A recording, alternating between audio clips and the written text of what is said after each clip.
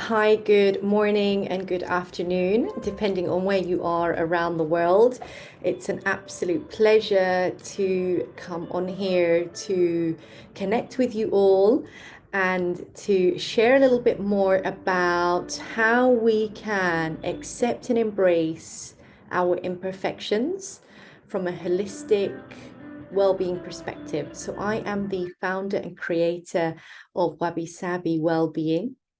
Wabi-Sabi Wellbeing came about a couple of years ago where I discovered an amazing book all around the amazing Japanese philosophy, which encourages us to accept and embrace all the beautiful flaws and imperfections that we have that are ever lasting and ever growing into beauty in so many different aspects and via different mediums, whether it is nature, wellness, architecture, fashion, wellness in various different ways where this beautiful philosophy can be applied to. And today I would love to share and open up more about how we can go through the process of actually understanding why and what we need to do in order to really appreciate who we are, understanding the beauty of our imperfections and how we can do that. So I wanted to share a quote, and it's sort of breaking down wabi-sabi. So it takes a wabi heart to recognize sabi beauty. And I think that is a very important quote, as we need to really connect with our hearts, connect with our wisdom, and understand who we are, understand that we are all beautiful beings and we've all come onto this earth for a reason, and our imperfections make up who we are, and we transform daily, monthly, yearly into better versions of ourselves. But it's all about learning about the journey of transformation, learning how it's beautiful to be and become different versions and to see those imperfections evolve and grow. It's just like a flower. And that's the sort of analogy I like to use, is that a flower doesn't blossom overnight, and it takes the inner work, it takes the time. And I feel that a lot of us may want to see instant results, and that comes down to impatience and perfection, as our society does make us strive for perfection and does really put a lot of pressure on us in so many different ways, where we are constantly battling, constantly striving to be and become the best versions. But also, it also makes us compare ourselves to others. And social media has really elevated that and has made us think that we need to be a certain way, or we need to be this perfect person with this perfect body or with this perfect look, as an example. But actually, there is no perfect body, there is no perfect diet, there is no perfect look, and we are all beautiful. And we need to understand that there is an everlasting essence in that journey and in that element of transformation.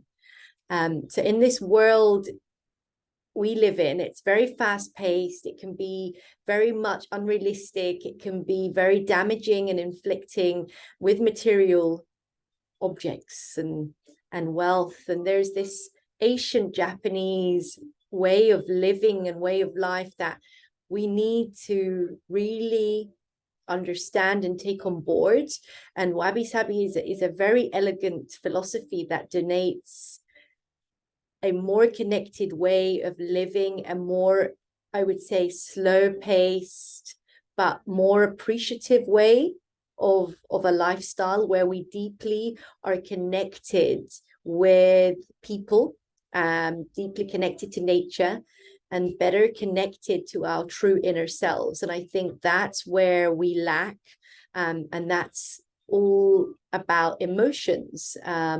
Wabi-Sabi is a concept that motions us to constantly search for that beauty in imperfection and accept the more natural cycle of life, as it reminds us of all the amazing things, including the life itself, including the impermanent elements, the incomplete and the imperfect.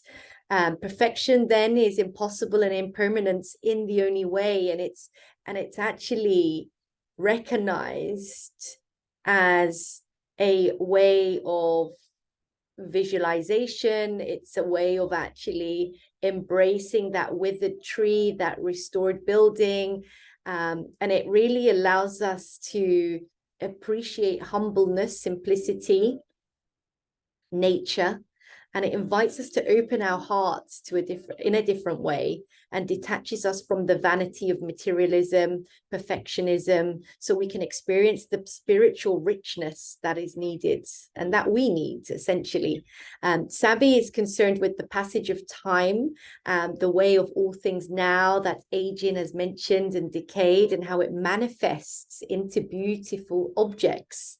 So, for example, you may have an old table and you start to paint it, and it's sort of transformed in such a beautiful way by adding a beautiful type of paint or a design.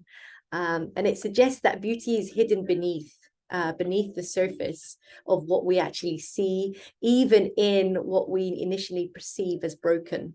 And there's another beautiful, I would say, not just philosophy, but it's a technique, and it's called kintsugi. And kintsugi means golden joinery, which comes from repairing broken pottery with lacquer and gold. And it teaches us that even though things may be damaged and broken, they're still valuable and have so much meaning within it. And it's also a Japanese art of repairing broken parts, broken ceramics, which is pottery, and you mend that and you add the gold, which elevates and showcases the beauty of that broken ceramic that it has been repaired and put together. The author Beth Kempton has wrote a book called Wabi-Sabi, a Japanese wisdom for a perfect imperfect life, and she simply says that Wabi-Sabi gives you permission to be yourself. It encourages you to do your best and not make yourself ill in pursuit of an unattainable goal. It gently motions you to relax, slow down and enjoy your life. And it shows you that beauty can be found in the utmost unlikely of places, making every day a doorway to delight, which I think is so beautiful, because we most likely are so busy we don't actually appreciate the beauty that's around us daily. Until we stop, slow down, meditate, take some time out, take a breath, is when we are able to see clearly and see through the chaos. And when you start to do that, and you start to accept who you are and accepting your imperfections, you start to find the freedom, you find growth. And it's just about learning how we can actually break it down, and understand what freedom is, the freedom to stop all things of suffering. That what is growth? The growth of yourself is the opportunity to learn and expand from your own struggles, to actually see where you were and see where you are, and actually learn that your weaknesses are actually your strengths. Your pain is your gifts. It's actually teachings that allow us to become that best version. As if we don't go through suffering, or if we don't go through difficulties in life, we will not really appreciate the learnings, the journey or the experience, and come out even in the best way possible. So when we tend to assume that meditation or slow-paced living or Zen is about living in an endless worry-free state of bliss and tranquility, well, actually it's not. A lot of people are like, oh, you're very into spirituality, and you teach meditation and breath work and yoga and various different holistic practices.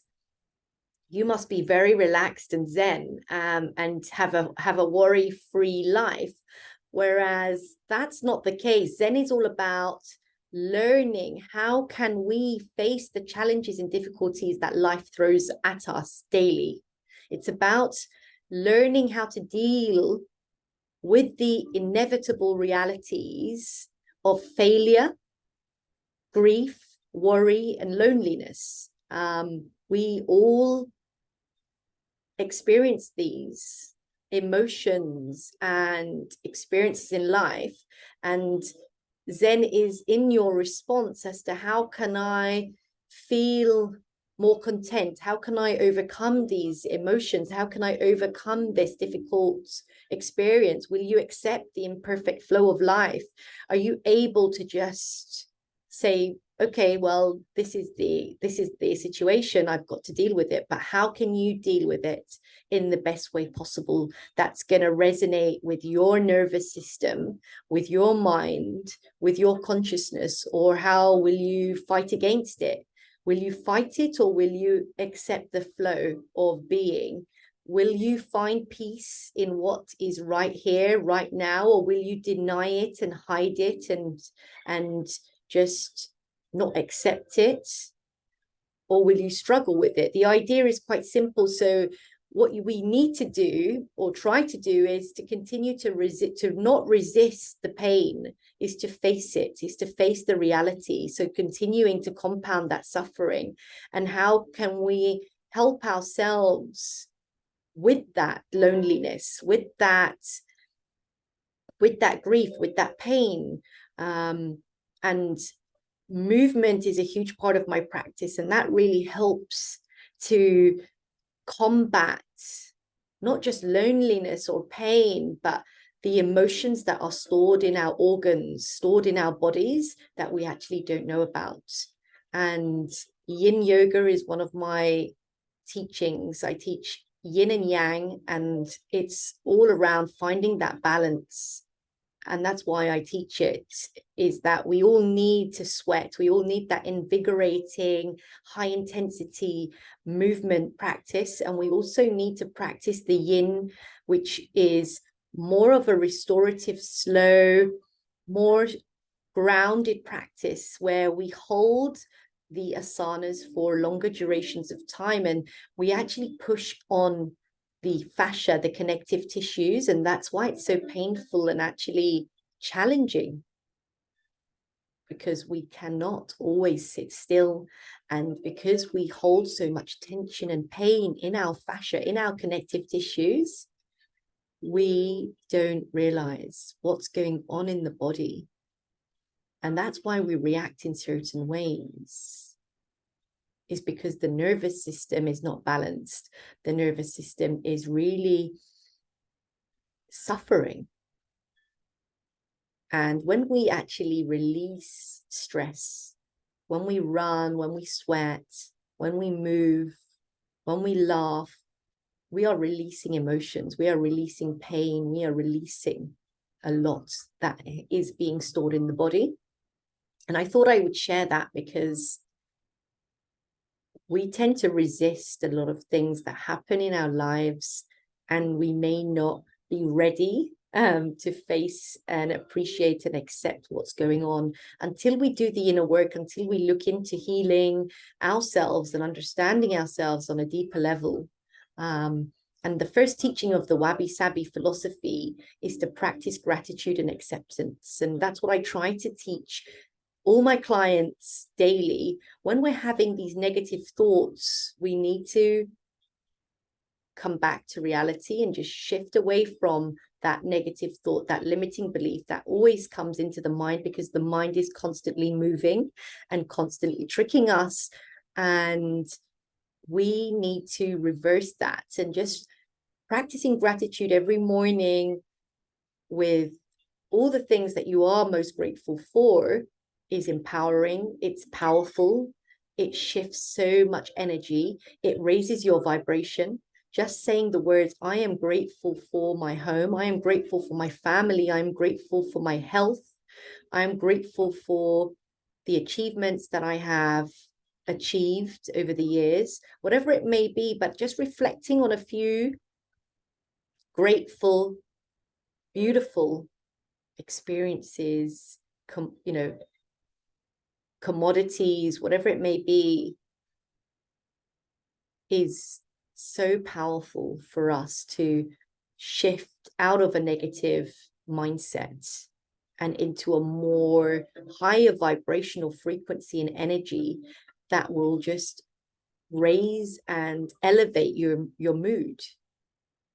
So it's not about giving up, it's about surrendering to the gravity of the situation. So if we are up against a very challenging situation in life and we're finding it really hard, it's all about surrendering, accepting, and just really actively playing a role in deciding what happens next. What is it that you want? What is it that you want to feel? What is that emotion? How do you want to feel? How do you want to see whatever it may be? How do you want to perceive it? And one of the Stoics I like to refer back to is Eketamo, reminds us of what the Stoics called amor fati, and it's a love of fate. And I always love that. And Wabi-Sabi preaches the same. You will find peace and freedom, and you will step out onto the path of growth once you begin yielding and surrendering to the imperfect flow of life. And I just feel that's so beautiful, because we don't realize how our world, our earth, how our energy is so potent and so important in the ways we see things.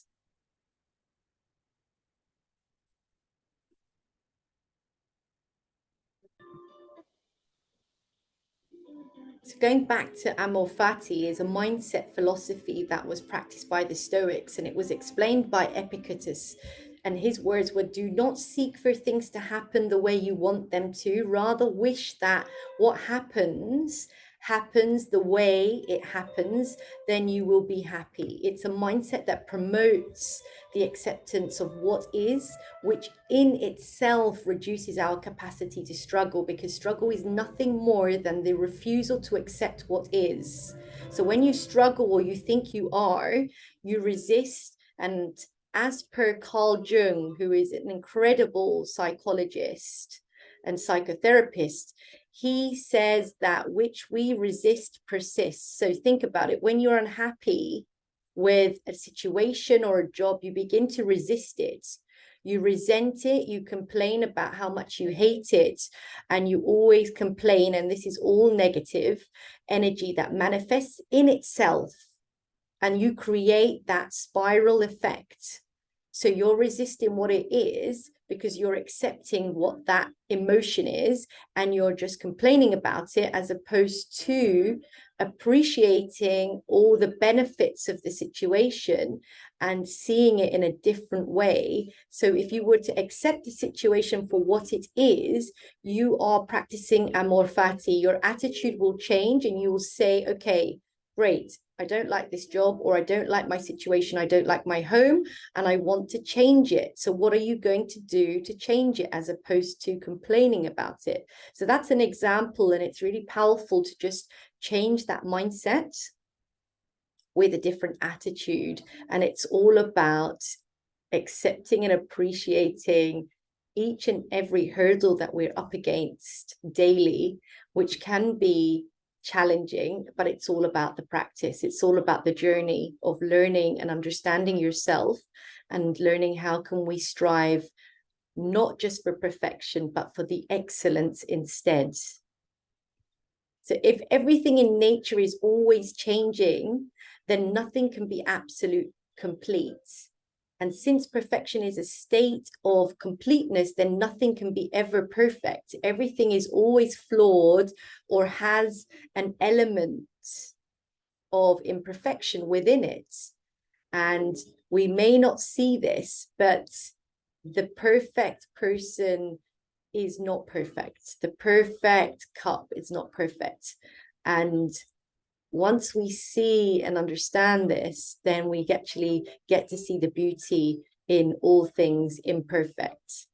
Another quote by Omar Itani: no palm tree is perfectly shaped, yet we marvel at the beauty with which it stands. No seashell is perfectly drawn, yet we marvel at the beauty with which it curves. Accept and appreciate yourself as you are today in your natural state, just like you would a tree in a forest, a flower in a garden, or a seashell by the shore. You are entirely of you. You are whole and you are beautiful. So appreciate everything and everyone, and learn about the imperfect parts of just being.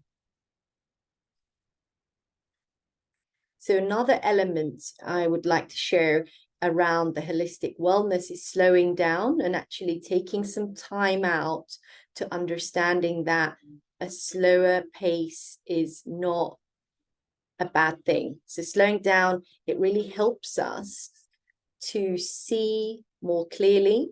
It is the antidote to living in a rhythm of not just the rush, but actually to be more calm and content. Because when you slow down, you begin creating space for yourself to pause and to reflect and to wonder, to ask questions, to be curious. You naturally become more present and you're aware of a lot more things. And that's why it's so important in the mornings to take some time out, meditate, maybe not speak to anyone, and just being a bit more within your energy. Because if we are constantly busy and we are constantly talking and constantly moving, we are creating a lot more clutter, a lot more chaos in the mind and also in the body. An example, why do you think most people will hit burnout or totally rock bottom before it finally dawns on them? It's because of their way of life. It's not sustainable. Being on autopilot and constantly moving too fast and not having time for yourself is really dangerous and really not healthy. And it actually makes your nervous system imbalanced. So simplifying your life is the antidote to living a complex one. At any point in your time is to seek change, something in your life, you will take time and time again to realize that the first step is not to ask, what to do I need to add, but what do I need to remove? What can you change that you're not happy about? As we probably get used to our routines and our daily duties, but actually taking a step back and reanalyzing and making some changes isn't a bad thing. So when you're entering a new relationship, for example, you wonder, what are some habits that I need to let go of so that I can make way for this person into my life? Decluttering in so many different ways is an integral part of the journey to growth and change. Letting go of what no longer serves you, whether that's objects, people, is a really empowering process to follow, and you will allow room for new things to enter your life, new people to enter your life that are more in alignment with your vision, with your attitude, with your whole essence of being. So slow and simple is the only way to feel the joy of what it really means to be alive. Why is that? It's because you're only doing so much that you are allowing yourself to become more present, more calm, more aware with the time, and you really get to tune into the world around you. Only by doing so, you will immerse yourself into the fabric of this universe and appreciate it for what it is. The joy of watering those flowers in the morning, doing your yoga stretching, taking that run in nature, taking a mindful walk in the forest, the joy of watching the sinking sunrise or sunset, the joy of listening to the soft rain or baking a cake and actually immersing yourself into the smells or reading a book under the tree is beauty found in itself. Beauty is found in everything that is alive. And that's the essence of the fourth teaching of Wabi-Sabi: slowing down, simplifying your life, and concentrating on what really matters to you. Become more intentional if you wish to experience the joy of everyday living. So being content exactly where you are with all that you already have is to be happy. Some of us strive for happiness and we think that we need to do certain things in order to be happy. But actually, happiness is another emotion. We feel happy and unhappy just as we do when we feel angry, sad, scared, excited. You can't be happy all the time. And it's important to understand and accept the emotions of where we are. And this is really empowering about how our emotions take over us. So to be content with the emotion, for example, of anger, just as how you are usually content with the emotion of excitement, to be content with the state of sadness, just as you are incredibly content with the state of happiness. But how about a more poetic translation to this? How about rich is the person who is content with who he is or what he has? Or how about this? What I have is all I need. You see, the root of all unhappiness is born from being discontent with where you are and what you have. It really is as simple as that. As we tend to think we need certain things to make us happy. We may think we need a designer bag to make us happy, but we don't. The root of all unhappiness is born from spending all your waking hours casting and gazing out into the distant future and looking outside of your life instead of opening your eyes into reality, to the present, and looking inside it. To be content with what you have, where you are, is to be grateful, to be content with what you have and where you are and where you are going towards is the most important and the most powerful. And through gratitude, intention, and action is where you will find that ultimate happiness. So acceptance is contentment, and contentment is acceptance. And that's the happy medium, which is so beautiful, because we are able to simply give ourselves that permission to be ourselves. And it encourages us to do our best work, to be our best selves, and to do the things that we really love and enjoy doing, and slowing down and making sure that we are able to see the beauty in all aspects of our lives.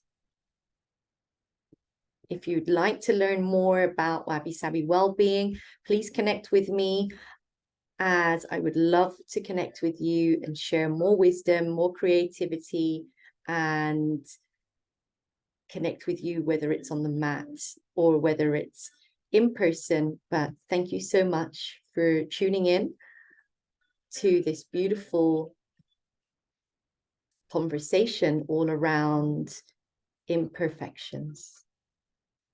Thank you.